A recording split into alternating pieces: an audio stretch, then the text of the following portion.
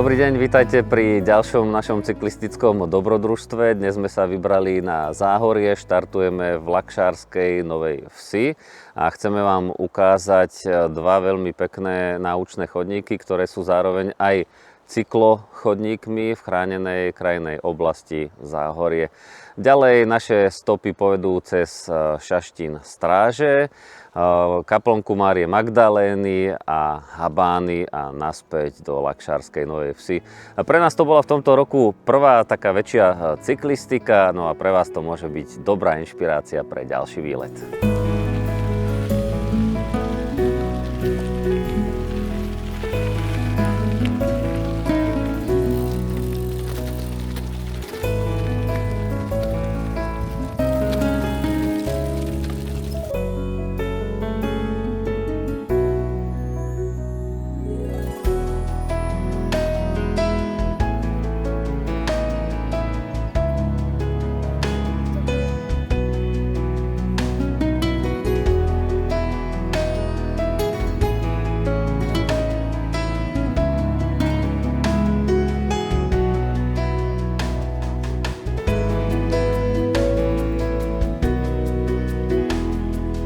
Bicyklujeme po borovicových lesoch, ktoré vyrástli na piesočných dunách.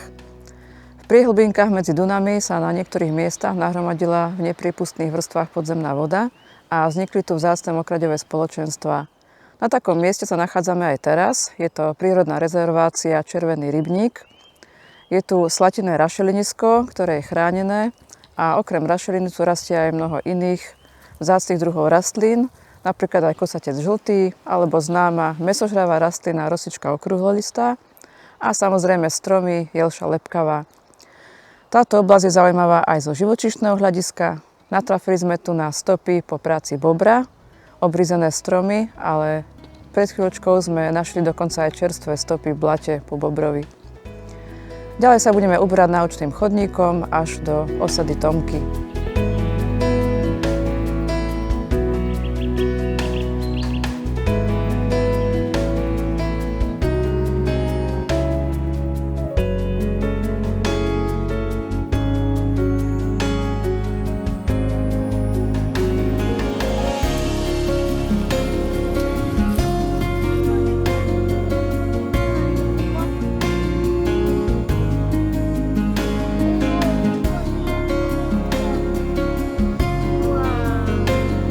S mamčou sme našli takúto ulitku.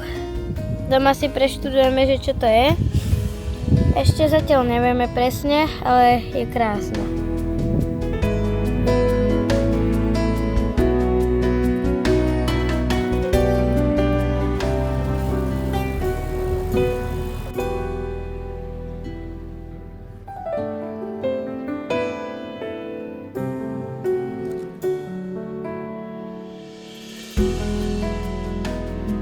Stále bicyklujeme borovicovými lesmi a dunami Záhoria a preto sa oplatí spomenúť jednu zaujímavosť. Práve pomedzi duny v minulosti výrazne meandroval Lakšársky potok. No a bol dokonca taký výdatný, že ľudia tu mohli stavať vodné mlyny. Bolo to niekedy v 17. 18. storočí a v určitom období ich zdokumentovali dokonca až 7. Okolo týchto mlynov vznikali rôzne osady a dostávali mená podľa mien rodín. No a my sa nachádzame v jednej z nich. Volá sa Tomky podľa rodiny Tomkovcov.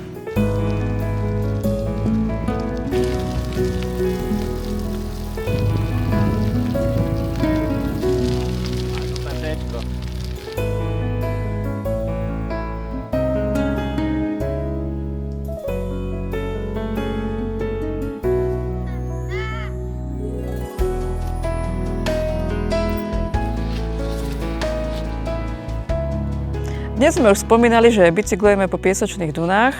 Zatiaľ sme ich veľmi nevideli, lebo sú porastené borovicovými lesmi, ale na ceste medzi Tomkami a Šaštínom sa nám ten piesok trošku odkryl a dokonca sme v ňom začali viaznuť.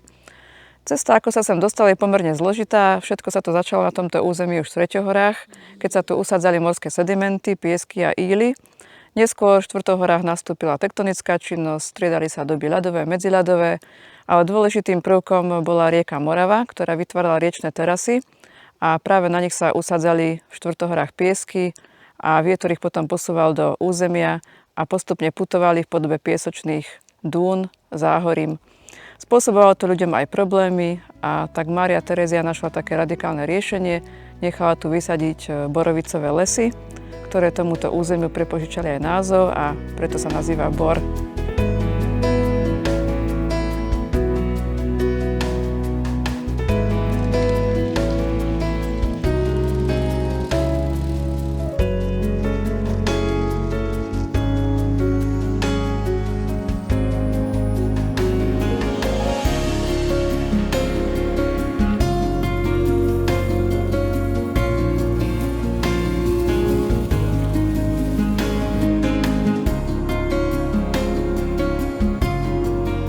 Cez Šaštín stráže a okolo známej baziliky sme dobicyklovali na najvyšší bod Záhorskej nížiny.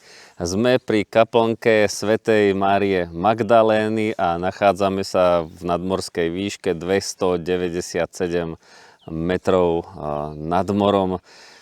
Je to veľmi zaujímavé a príjemné miesto. Mali sme tu krásny západ slnka, takže to bolo veľmi fajn. Ide o repliku pôvodnej kaplnky zo 17. storočia. Zaujímavé je aj tým, že má 6-uholníkový pôdorys.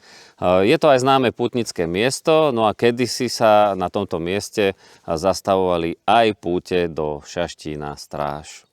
Teraz nás už čaká len posledný úsek do Laškárskej Novej Vsi, ale celkom sa mi tá trasa páčila, lebo bola to taká príjemná atmosféra v tých boroch, bol tam aj mach, taký aj piesok, aj rôzne zaujímavé veci tam boli. No takže dneska hodnotím takto trasu.